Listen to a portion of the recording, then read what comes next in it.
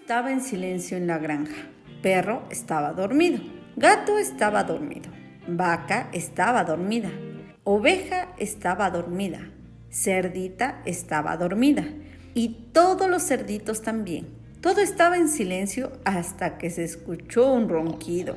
Y el gato se despertó. La vaca se despertó. La oveja se despertó.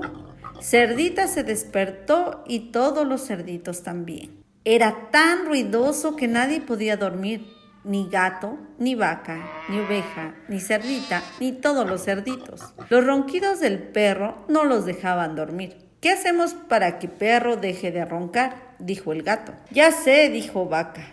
Y vaca se acercó al perro y estornudó en la oreja del perro.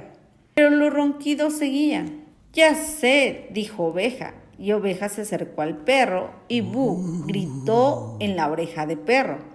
Pero el perro seguía roncando. Ya sé, dijo gato, ¿por qué no le cantamos?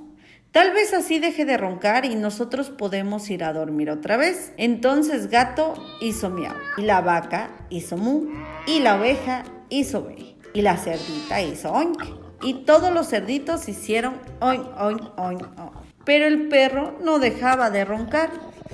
Luego, al salir el sol, Gallo se despertó y cantó ¡Cocorococó! Y Perro se despertó sobresaltado. Se fue corriendo por el camino después de un sueño tranquilo y reparador. Pero Gato, Vaca, Oveja y Cerdita y todos los cerditos estaban tan cansados que se quedaron dormidos. Fin.